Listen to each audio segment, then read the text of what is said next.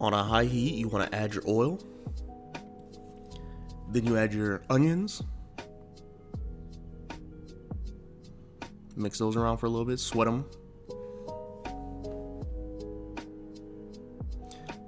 Then after that, you want to add your garlic.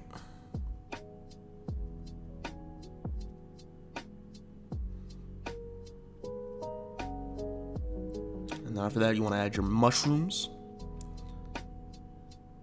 You're going to want to add a little bit of salt to extract the moisture.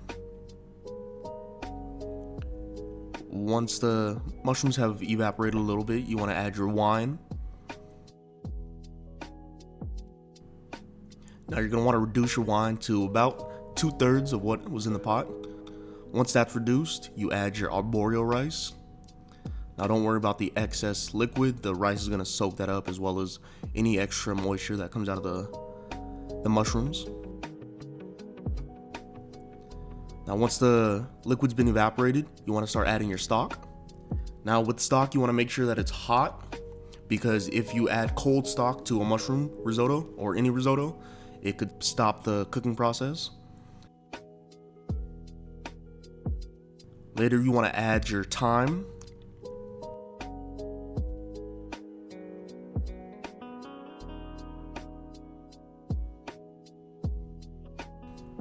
As the liquid evaporates, you're gonna constantly be adding more stock. And with risotto, what you want to do is you want to constantly be stirring it, because arboreal rice is very glutinous. And while you stir it around the pot, it extracts the gluten from the rice, thus making the sauce for your risotto.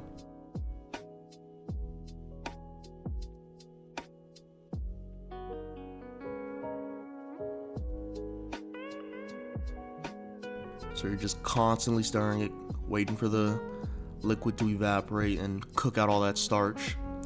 And then you add more stock as you see it getting low.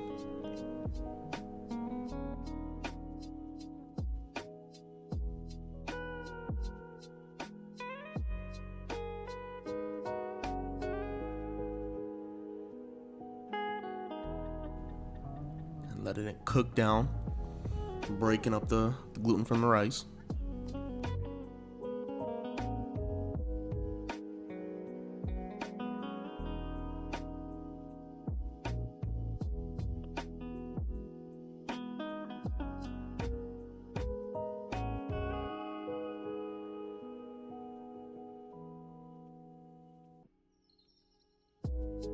Now, periodically, you're going to want to check the texture of the rice, see how done it is.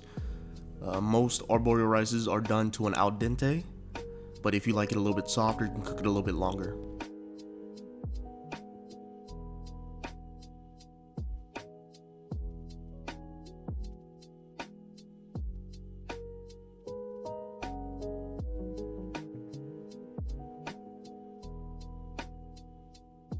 So it's just constantly stirring, adding more stock as it go along, stirring, adding more stock, stirring, adding more stock.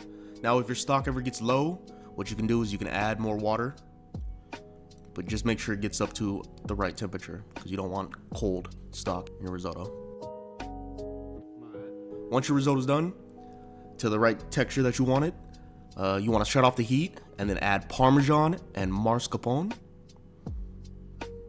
And then you want to just let that mascarpone melt down while you stir it into the risotto.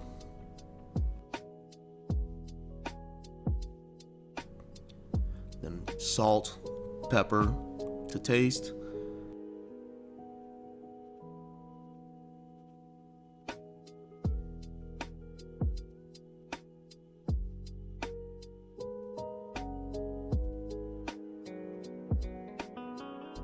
And then you want to taste your risotto to make sure it's the right flavor that you want.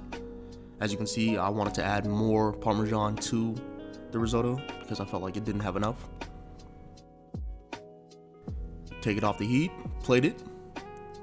And what I like to do is add a little bit of white truffle oil to really touch up the dish. And then enjoy.